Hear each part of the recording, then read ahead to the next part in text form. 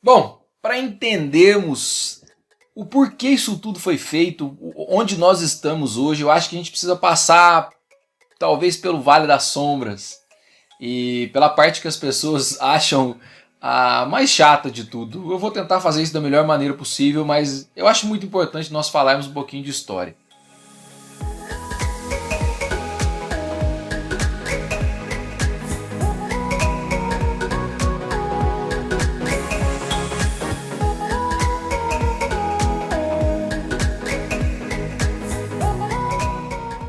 Fala pessoal, sejam bem-vindos ao canal Abre Chaves, eu sou o Pedro Matuque e essa é a série Universo Binário.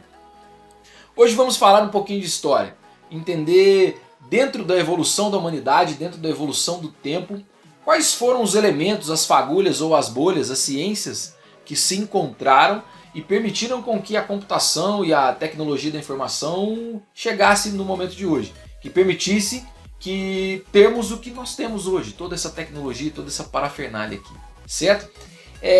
Bom, o homem, desde cedo, ele entendeu que para melhorar a própria vida, ele deveria entender a natureza.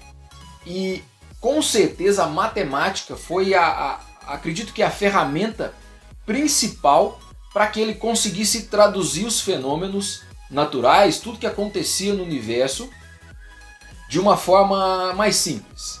Tá? E na medida com que a sociedade evoluiu e se expandia, novas formas de comércio foram surgindo. Então novos bens, a sociedade, a população das grandes cidades cresciam e mais mercadorias eram necessárias serem trocadas, novas formas de fazer isso era necessário. E aí o homem se sentiu ou se encontrou num ponto onde ele deveria aprender a realizar cálculos e conseguir dominar toda aquela ciência, né, de como trocar coisas em grandes quantidades, como trocar um punhado de pedras por um punhado de madeira, mas de que forma fazer isso que seja justo para ambas as partes ou que seja coerente, né? Então vamos voltar lá para a Mesopotâmia, 5.500 anos antes de Cristo.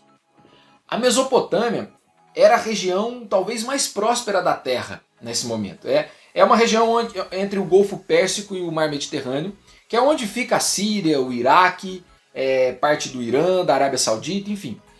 Essa região era onde tinham as grandes cidades, era onde a vida acontecia. Então o homem ali ele encontrou a necessidade de evoluir, certo?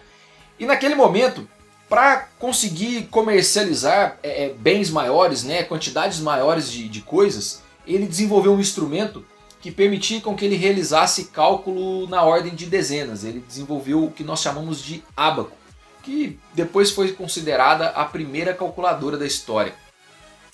Mas aí você pode pensar assim, bom, mas cálculo de dezena é só você adicionar um zero. Mas aí eu te digo uma coisa, não existia zero. Não existiam números. O homem fazia cálculos com símbolos. Então ele não sabia o que era 10, o que era 100, o que era 1000, o que para nós hoje é algo muito bobo, né? Você fazer contas de múltiplos de 10, naquela época era uma tecnologia assim, que revolucionava a maneira de comercializar ou de realizar cálculos. Os números como nós conhecemos hoje, eles foram criados 6.000 anos depois. Então, devagar, nós vamos chegar lá. Mas quando se fala do ábaco, existem relatos históricos de contribuições dos babilônicos, dos egípcios, dos indianos, dos chineses, enfim. Existem várias sociedades naquele momento que têm relatos do desenvolvimento de ferramentas parecidas. Se o ábaco pode ser considerado a primeira calculadora da história, existe também um instrumento que foi encontrado posteriormente que se chama máquina de Antícera.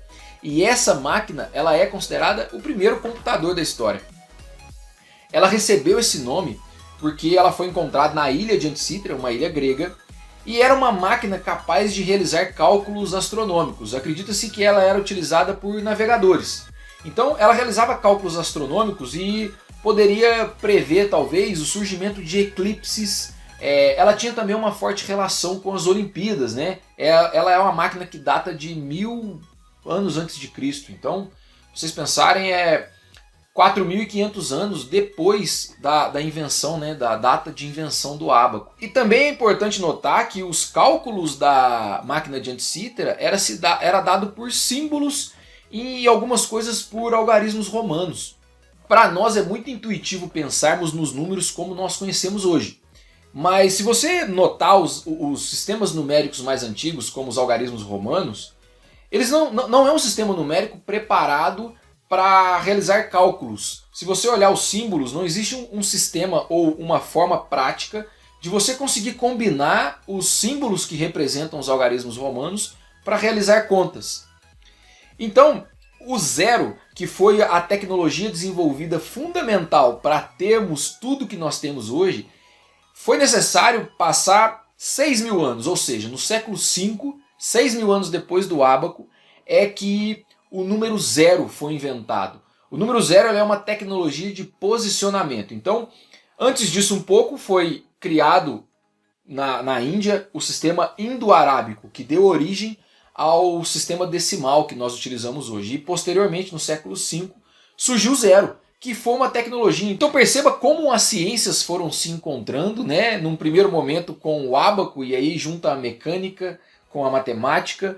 Depois vem a máquina de Antisítera, que é um instrumento bem mais complexo, que também era com funcionamento mecânico, mas que era capaz de juntar sistemas numéricos como o romano. E depois veio o desenvolvimento do zero, que foi uma tecnologia fundamental para chegarmos nos dias de hoje. E aí sim a gente pode começar a pensar que as coisas começaram a ficar um pouquinho mais fáceis.